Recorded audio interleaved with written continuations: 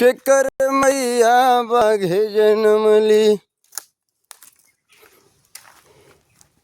ये बजरंगबली का सेना यहीं पर है। हेलो दोस्तों, तो यही पानी है जो पानी आज से 20 बरस नहीं बल्कि कितने बरस से ये पानी यहाँ पर आता है कोई जानता नहीं है। और कितना हो धूप हो, कितना हो गर्मी हो, कितना हो सूखा पड़ जाए, अकाल पड़ जाए, लेकिन पानी यहाँ सड़ता नहीं है, ये दाह लगा ही रहता है। और आए तो हैं अकेले, दोपहरिया है और यहीं पर नहाएंगे, यहीं पर कपड़ा खींचेंगे। कितना फ्रेश है पानी, और यहीं पर कपड़ा वपड़ा खींचेंगे, यहीं सुखवाएंगे। देखिए कितना फ्रेश पानी है।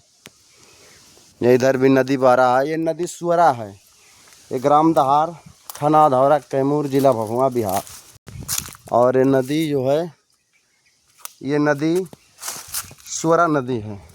और यहाँ पानी हमेशा रहता है, कहीं सड़ जाए, सूखा पड़ जाए, अकाल पड़ जाए, लेकिन यहाँ का पानी कभी सड़ता नहीं है। पता नहीं कहाँ से पानी निकलता है, लेकिन यहाँ का पानी कभी सड़ता नहीं है।